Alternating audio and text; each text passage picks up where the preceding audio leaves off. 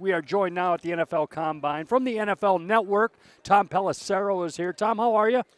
I'm doing great, man. I am tired out, though. Yeah, I bet. It's been a long week. Big so week. Apologies for my voice. No, we're you're hanging fine. on by a thread here. All right, I'm going to start with a little curveball here. NFL Club report cards came out, Tom. They did. Does that affect, in your eyes, any free agency that's about to happen in the next couple of weeks? How'd the Colts score in that? I I know they weren't at the top reviews. and they weren't at the Yeah, bottom. mixed mixed reviews. But up and down from what it was last year. You had some positives and some negatives. But really, does that come into play with free agency? I would tell you this, like the Vikings were number one last year. I know for a fact that in their free agent, like basically handouts that they would make to lure free agents, that was in there. Okay. And if you're a team at the top, if you're Miami now that's number one, or you're the Vikings that's still up at the top, I'm trying to remember some of the other teams that were right up there. But if you're those teams, yeah, you want to pump that a little bit. Sure. If you're at the bottom, the idea and the reason that the NFLPA does that in the first place is to try to get people to make improvements and to point out the things that some teams are doing that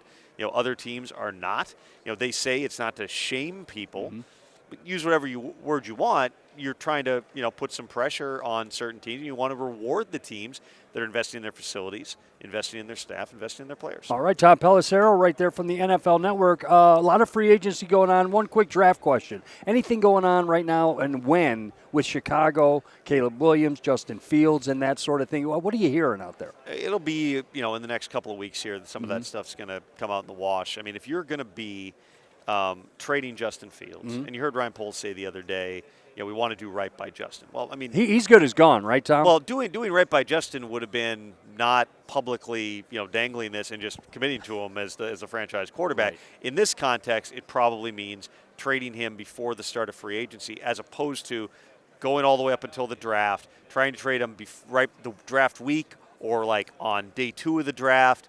If you get there, a lot of other situations have dried up, and so Justin's going to have some, you're basically putting him in a tougher spot, but you're also putting yourself in a tougher spot because you may not be able to get the same type of compensation for Justin Fields as you will right now when you've got all these teams that have quarterback needs. So it's a lot of moving parts. They're interconnected.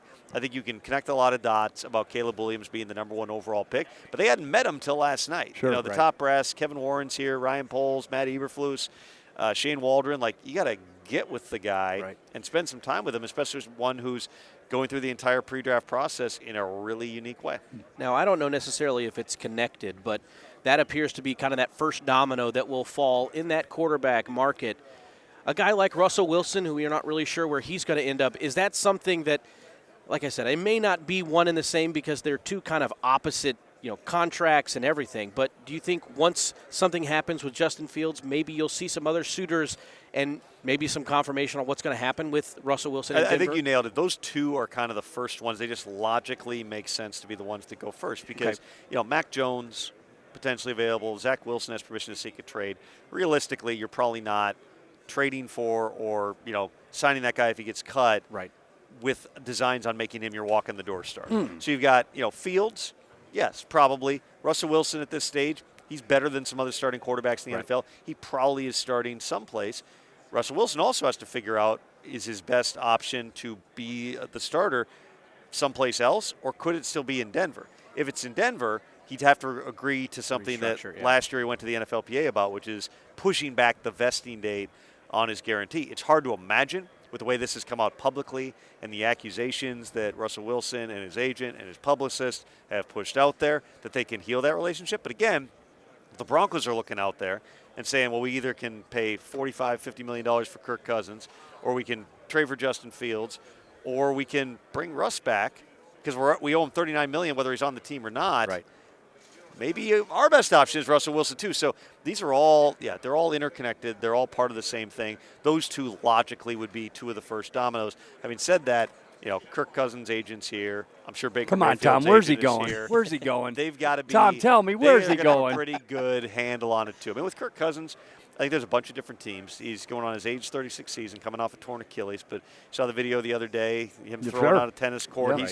I mean, the fact that he's already doing that and dropping back and pivoting and hitting his the back step on a 5-step drop, like he's ahead of schedule from everything that I've been told. So who are the logical teams with Kirk Cousins? We know Atlanta's got to do something. Sure. I talked to Raheem Morris the other day. I didn't even ask him a quarterback question. His first answer to the thing I did ask him was, hey, the elephant in the room is the quarterback position. They know they got to get one. Washington has to get a quarterback. The Patriots have to get a quarterback. Patriots probably not in the Kirk Cousins bucket, paying a quarterback top dollar right now. Right. Doesn't make a lot of sense. They might draft one. Washington might draft one. If they don't, if they trade back, maybe bring Kirk Cousins home. Right. Makes some sense. Even Denver. Denver, you can look at it on paper and say, how in the world are they going to pay Kirk Cousins when they're already After that owed contract, Russell Wilson right. $39 million? Well, the cap just went up to $255.4. Right. You've got a lot of different things you can do in terms of big signing bonus, low base salary in year one, keep his 2024 number down, and the Russell Wilson contract would all accelerate into 24. By 25, he's off the books when the bigger Cousins numbers hit. It's not ideal, but none of this is ideal when Right. you're talking about potentially releasing a quarterback who you signed to a contract extension just a couple of years ago here. So with Kirk, there's going to be a bunch of different suitors. There might even be some teams that we're not thinking about that could end up in that mix. And going back to Minnesota is a distinct possibility as well. He likes to be there. He's got kids in school. Right. He would like them to commit to him for a longer term than the one-year extension that he got a couple of years ago here. The Vikings, they also have said we want him back. Kevin O'Connell said we're going to work to make that a reality. But at the same time, there is a price point at which they might go, we just aren't going to go there at this point.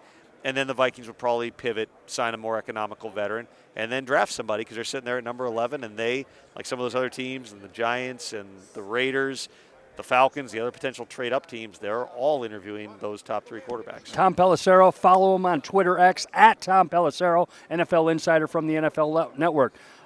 Let's stay close to home here. Michael Pittman Jr. as far as Indianapolis goes, Grover Stewart, Justin Blackmon's out there, Kenny Moore's out there, free agency. You said it, and I wanted to talk to you about that. That bump up, 255.4 now on the cap. Does it make it easier for these guys, and does your world change a little bit when you're placing these free agents and all of a sudden there's an extra $30 million that these guys can play with? Well, it just means that the agents think they're going to get even more than they thought they were going to before. I mean, that's usually how it goes, but I don't know if that's going to impact rank and file type people. Michael Pittman's above a rank and file player, but the point is, usually what we've seen through history, and if you go back to like 2011, which was the first CBA that was based on a revenue sharing model, what you saw was when the cap began to spike, it wasn't like every position got paid. It was the top few guys at positions, and then the quarterbacks ended up getting more money. Odds are, with the cap going the direction it is now, it'll still be those top guys get even more, and the quarterbacks get even more.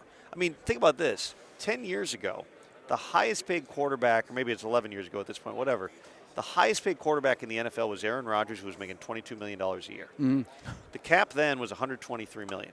Cap now is $255, which is double, but the quarterback market has more than double. Yeah, now you got guys making over $50 million, and somebody, the next big quarterback deal, that agent's going to be trying to become the first $60 million quarterback. Usually, we all like to think, that in a democracy, we've all got a fair chance, right, to earn wages. There's a reason the 1% control the majority of the wealth. It's the same thing. The people with the power can end up being able to further enrich themselves. That goes to NFL players, too. To go back to the original question, I don't know how I got there, but with Michael Pittman, with Michael Pittman, every year there's a few wide receivers who get paid more. I think back to when Christian Kirk got his $18 million a year deal, and everybody was blown away by with Jacksonville, and he's played up to it. So credit to Trent Baalke for being willing to spend the money. Corey Davis was a guy who got like a monster deal, and nobody could believe it. Pittman could be that guy if they don't tag him. What's that number? Is it 15 a year? I would guess it's somewhere around there, just kind of knowing where the wide receiver market is. With the cap going up, maybe it does get higher. And Chris Ballard, I don't believe he's ever used the franchise tag, if I'm not mistaken. No, McAfee was the last one at 13. He's never tagged anybody since he got there, so he doesn't like to use it. He'd rather get a deal done. Right. Wide receiver's been in a position they've been trying to stabilize. They've got a good one in Pittman. When he's healthy, he's really good. Hard to imagine that he's walking out the door, but I would think that Chris is going to do everything he can to get that deal done first. Hey, man, I know you're busy. Appreciate the time here at the NFL Combine. Tom Pelissero with the NFL Network, and they've got coverage all through Sunday. Tom, thanks for the time. You got it, guys.